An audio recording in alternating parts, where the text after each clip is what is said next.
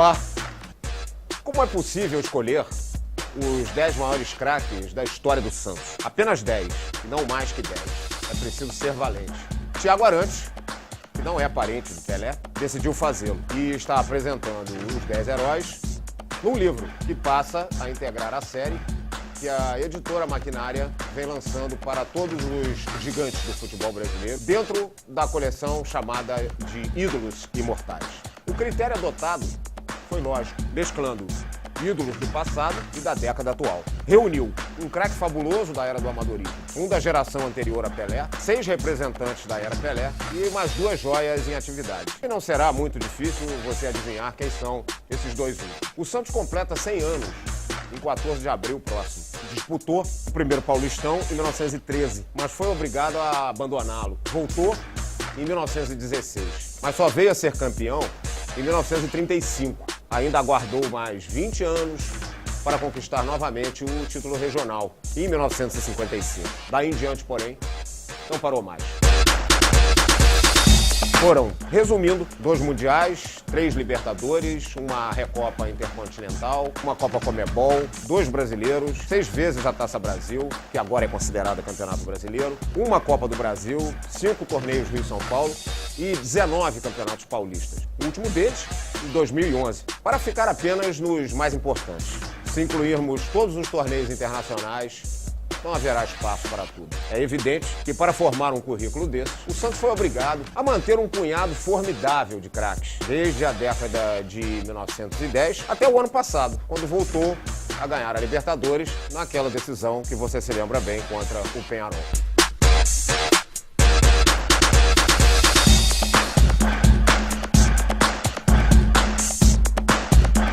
Ainda na época do amadorismo, podemos citar Catier, o goleiro, que depois, mais tarde, se transformou em presidente do clube, Ayala, Janguinho, Siniri, Camarão, Feitiço, Araquém, Milon, Evangelista e Arnaldo Silveira.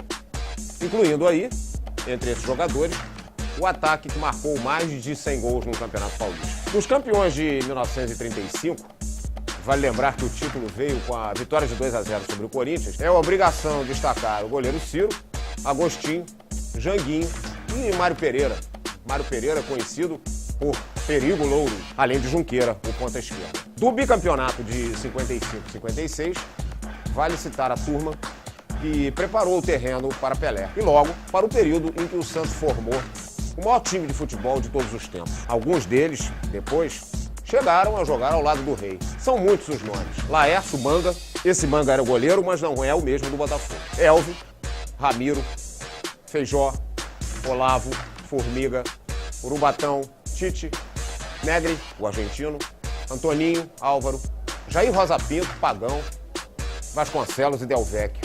Enfim, um grupo para ninguém por defeito. Tanto que vários também jogaram na seleção brasileira. A partir de 1957, com o surgimento de Pelé, o maior craque da história do futebol mundial, o Santos vai se tornar absolutamente irresistível com o time base que qualquer criança da época e muitos adultos de hoje, que eram jovens então, sabem de cor. Gilmar, Lima, Mauro Ramos de Oliveira, Dalmo, Calvé, Zito e Mengalvio, Dorval Coutinho, Pelé e Pepe. Essa equipe foi bicampeã mundial e sul-americana nos anos de 1962 e 1963 e ganhou muitos outros títulos regionais, interestaduais, nacionais e internacionais.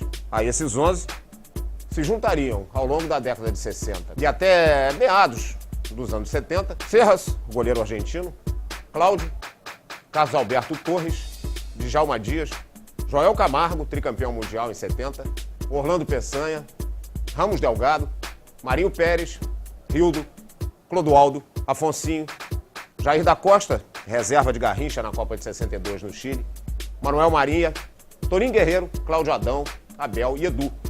Um verdadeiro desfile de craques, vários deles presentes em Copas do Mundo. Uma época que vai terminar mais ou menos em 1974, quando Pelé deixou o futebol. O Santos, no entanto, não vai morrer sem Pelé. Tanto que o time vai continuar contando com vários bons jogadores, como o zagueiro Oberdan, Alfredo Mostarda, que disputou a Copa de 74 pela seleção brasileira, o peruano Mifflin, Ailton Lira, Pita, Newton Batata, Juari e João Paulo, incluindo aí os campeões paulistas de 78, conhecidos por Meninos da Vila.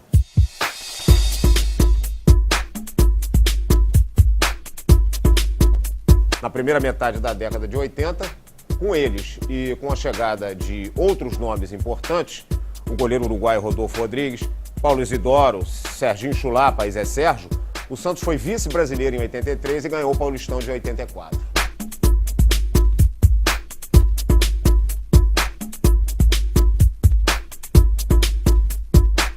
Haverá em seguida um período de vacas magras, comum a qualquer gigante do futebol brasileiro. Mas nem por isso o Santos deixou de ter craques como Hugo de Leon, Vladimir, Dunga, César Sampaio, Mendonça e até o Éder, ponta esquerda. Com Giovani em grande forma, o Peixe foi vice-brasileiro em 95.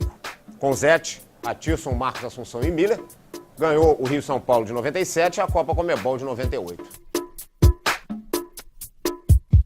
Na década de 2000, enfim, surgirá outra geração vencedora, com destaque para Fábio Costa, Léo, Paulo Almeida, Renato, Diego, Elano, Paulo Henrique Ganso, Robinho, Neymar e Zé Roberto, entre outros, e que vai levar o clube a mais 8 títulos.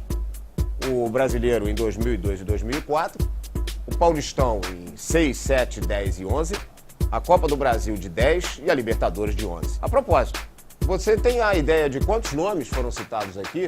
Pois vos digo, 92. E aí volta a pergunta. Como é possível escolher os 10 maiores craques da história do Santos? Apenas 10 e não mais que 10.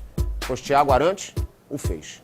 São eles: Feitiço, Gilmar, Carlos Alberto Torres, Lima, Zito, Pelé, Pepe, Pagão, Robinho e Neymar. Você não concorda? Compre e leia os 10 mais do Santos, da coleção Ídolos Imortais, que saberás por que eles foram os eleitos. Semana que vem tem mais baú. Até lá.